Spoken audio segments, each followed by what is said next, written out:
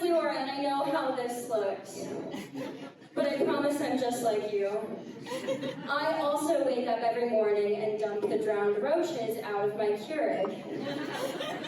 I'm sorry, this is Connecticut. Let me make some edits. Hello, my name is Leorah. I know what this looks like. I look just like you.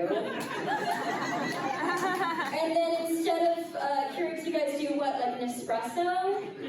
Yeah, I'm seeing some nods of recognition. And then instead of cockroaches, you guys do no roaches? Yeah.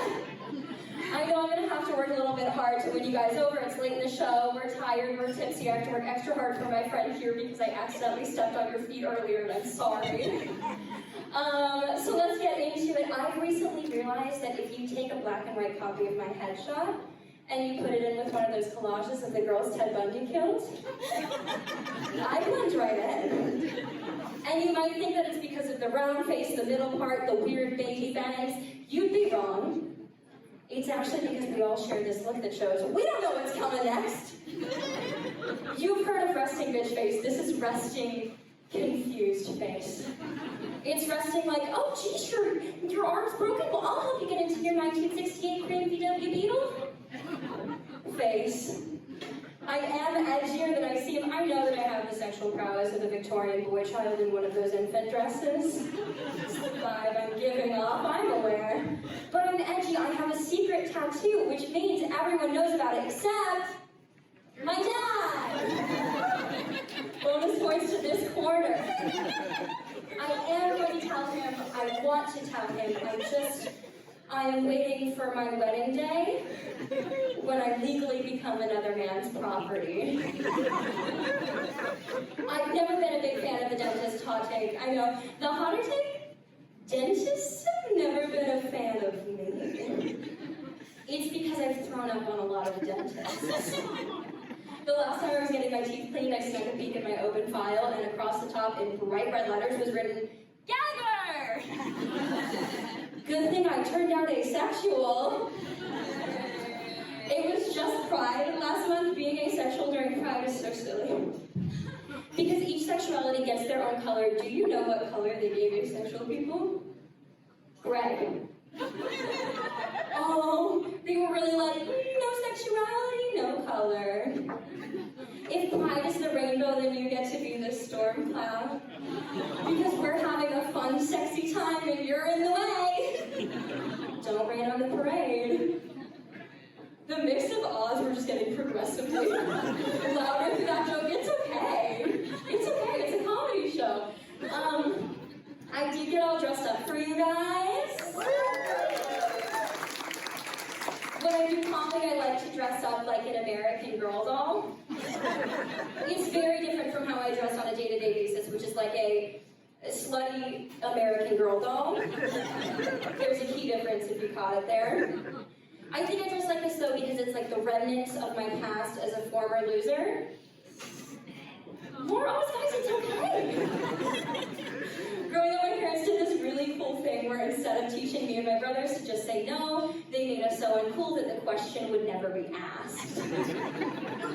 I call it the good kid stink because other kids can kind of like smell it on you and you get away with it. They'll be like, is that game night? And I'm getting notes of matching family polo shirts? She can't come. I liken it to the myth of Achilles. If we're familiar, I'm sure you are. You guys went to private school. Where like as a child, my mother held me by the ankles and dunked me into the river of the good kid stink, blessing me with the ability to never become a sex symbol. But because she held me by the ankles, there was a part of me that didn't touch the waters, leaving me susceptible to my ultimate demise at Achilles' heel, if you will, sophomore year of college. I had some figuring out where I came out as asexual the next year. That's okay. But I cannot stress enough how uncool I was. It was a whole different level. I was a horse girl. And I know you guys are like, no, Leorah, you have the calm, cool, like, collected aura of someone who's kissed, minimum 2, maximum 3 boys. But no, I continue to be uncool to this day. So uncool, in fact, song about it on ukulele. Yeah.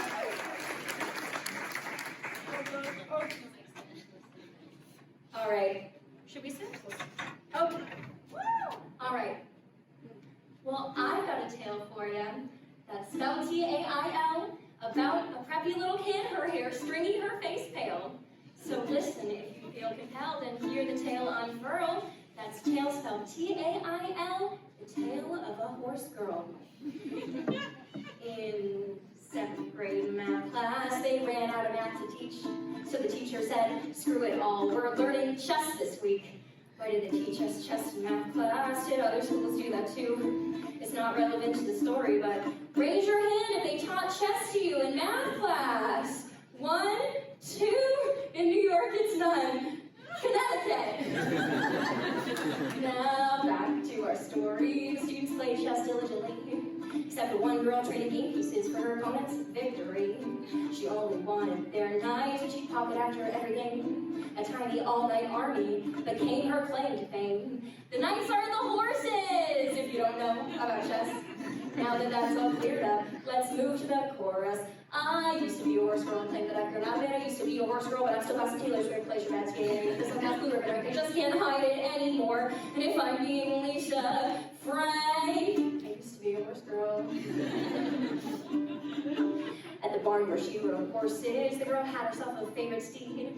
You need to know for context. The barn held a party on Hallows Eve. In walks another little girl, and she's dressed up like a bride. The barn then performs a mock wedding ceremony, like a fake wedding, mirroring the other little girl to my favorite horse to ride. The problem wasn't meritocracy, she's or that the bride was underage. The problem was the jealousy sent me into a burning rage. I used to be a horse girl, I claim that I've run out of it. I used to be a horse girl, but I'm still lost Taylor Swift, pleasure bad skater. If this one has blue ribbon, I just can't hide it anymore. And if I'm being Lisa Frank, girl. Well, you've heard a tale here tonight that's spelled H-E-R-D. Please don't tell anyone. You've really embarrassed me. Thanks for listening and farewell. You've heard this tale unfurl. That's tale spelled T-A-I-L, the tale of a horse girl. Let's keep going from there. We're not done. Alright, so I am in my early 20s. There's a big old difference between being in your early 20s and being in your late 20s. I know this. I was recently on a date with a guy. He was 28, and we had both been to a lot of weddings this month. He had been to a lot of weddings because his friends were getting married. I had been to a lot of weddings because I was catering them. So for the next 7.5 minutes, we're going to do one really long catering story. Buckle in. Okay, so catering 101 for those of you past 25. Don't cry. They don't give you any details about the event in advance. All you have is a time and a location. So imagine my surprise when I show up to the penthouse suite of a luxury apartment building, and there's a full basketball court on the dance floor. There's a light-up neon arch. It's covered with basketballs. A woman approaches me. She says, "I'm with the press." And I go, "Oh my God, I'm catering an NBA event." So I go to the back room where they're keeping the other caterers / stand-up comics. Connecticut, if you're looking for a stand-up comic for your next event, check a catering company's roster. That's where we're hiding. And I go, "Guys, can you believe it? We're catering an NBA event." And they go, "No, this is a bar mitzvah." The theme was nothing but Brett. Oh no. I should have known because as soon as I start looking, this kid's face is everywhere. The thing has merch. They have foam fingers, they have custom sports drinks, they have a t-shirt cannon shooting custom t-shirts, and that's when I realized that Brett had nothing to do with the planning of this event. No 13-year-old wants a giant picture of their face distributed to all of their friends on stage. They don't even want to make eye contact. This thing was crazy. They had a make-your-own sushi station, they had hors d'oeuvres, they had a concession stand, they had an NBA Hall of Famer come to wish this kid a happy 13th. I was like, wow, this thing costs more than any wedding I've ever attended in my life.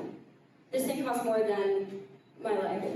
And I'm sorry if I sound ignorant or naive. This is the first bar mitzvah that I have ever attended. It wasn't because I didn't have any Jewish friends growing up, it was because I didn't have any friends feels like an important distinction to make. People often assume that I'm Jewish because I have a Hebrew name, but no, my mother is the youngest of 7 in a way that is uniquely Roman Catholic.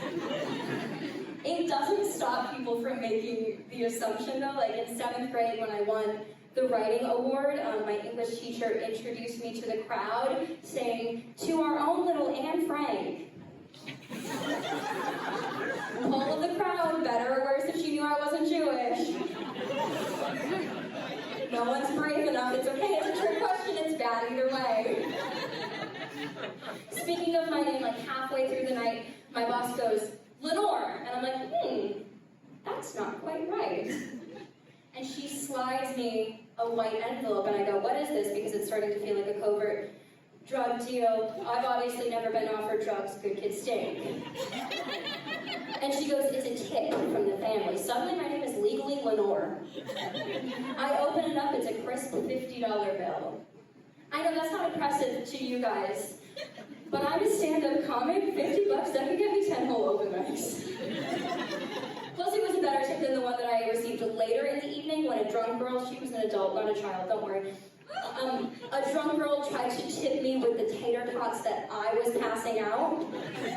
She was like, "No, let me feed you one. You guys work too hard, I got you. I'm not going to tell your boss, I won't tell him." And I was like, "That's okay, you can tell him Leorah. I'm Leorah now." Did you guys know that party music stopped progressing past the early 2010s? I really expected these kids to be doing TikTok dances on half-court. You know what they were dancing to instead? What, Leorah? Nicki Minaj's Starships. I was sure party music has existed for decades. I mean, think of the 50s, the 80s, the 90s. Nope, it starts and ends with Tayo Cruz laying it up like it's dynamite. I was having flashbacks to my own middle school dance when these songs were first coming out. You know, I met a boy across the room. He was someone else's pity date / cousin. We exchanged Snapchats and talked for a whole year, but never met up again in person because he couldn't drive. On one particularly romantic evening, he asked me, "Do seatbelts hurt girls because boobs?" Every time I do that joke in an audience with too many men, I always get a, "Do they?" No. Where was I? Okay, so at the end of the night, they have these women dressed like sexy disco balls. Sounds like an oxymoron, I promise you it's possible. And the sexy disco ball ladies are roller skating around, handing out pizza. And I'm like, my most eventful birthday was the year that my former military parents took me and my friends to laser tags so they could go all Mr. and Mrs. Smith on us. That's right, my mom was a Marine, my dad was in the Navy, I am a disappointment. Aww. Every time. And at the very end of the night, you know, because there was the make your own sushi station and the hors d'oeuvres, and the concession stand, folks had a lot of time to snack, and they had extra time. Dinner was pushed because the NBA Hall of Famer was late, and we all know the classic saying, "No one eats until a 70-year-old legend dumps on a child, goddammit." You know how that goes at parties and events. And so that meant that they didn't really eat the catered dinner, and so at the end of the night was a bowl of loose steak on the staff table. And the rest of the staff was too polite to eat it because we weren't provided any cutlery or plates. Meanwhile, I had been on my feet for 7 hours, so I'm grabbing that loose steak, hunched over a trash can, going feral on it like one of those children they found in the attic in the 70s. This is the worst joke I've ever written, so get ready. Behind me, I hear 2 of the catering staff having a meet cute. They realize they live off the same subway stop. They're exchanging numbers. They're going to get coffee. Meanwhile, I'm having a meat tooth. That's when you eat room temp steak too fast and it gets congealed in your molars.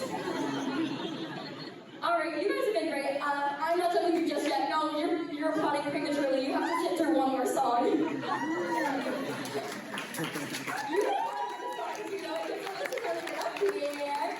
Alright, so I'm going to preface this by saying I would say that I have like a pretty healthy self-image and I go to therapy regularly. Here's the song. It's called Least Interesting Girl at the Party. Yeah, Oz, you guys, I'm okay.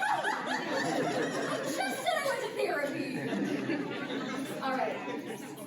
It's Saturday night. Just got the invite to the house party of a college acquaintance. Gonna show up there without a care. Wanna meet everyone, but your first mistake is talking to the least interesting girl at the party. She's wearing a bright outfit to find a mate like some sort of tropical bird. Least interesting girl at the party.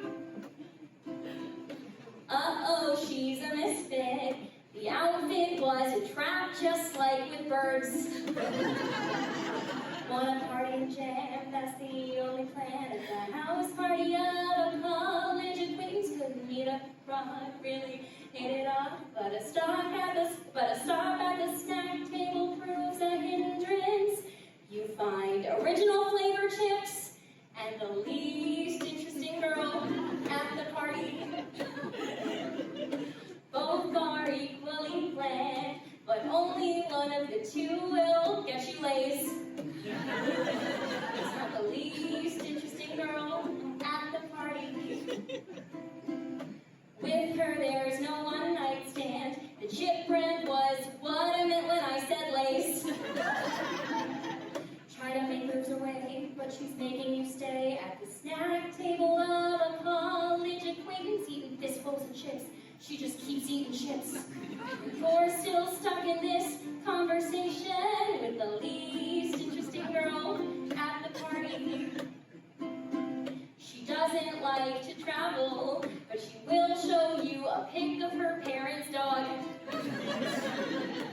Least interesting girl at the party. She thinks travel's a hassle, and she's acting like you've never seen a dog. Bonus points if she's texting her mom. Bonus points if she's texting her mom. Bonus points if she's dead sober. Texting her mom. Bonus points if she's dead sober. Texting her mom to send her more photos of the dog that you already looked at, so you can look at it again, but this time it's wearing a hat. The least interesting girl at the party. She's the nice one of the friend group. Her friends get to be mean because they're hot. Not the least interesting girl at the party. She's also mean, don't be duped, but she's not hot enough to be mean out loud. The least interesting girl at the party. Making her friends go home because she's tired, taking away the one that you admire.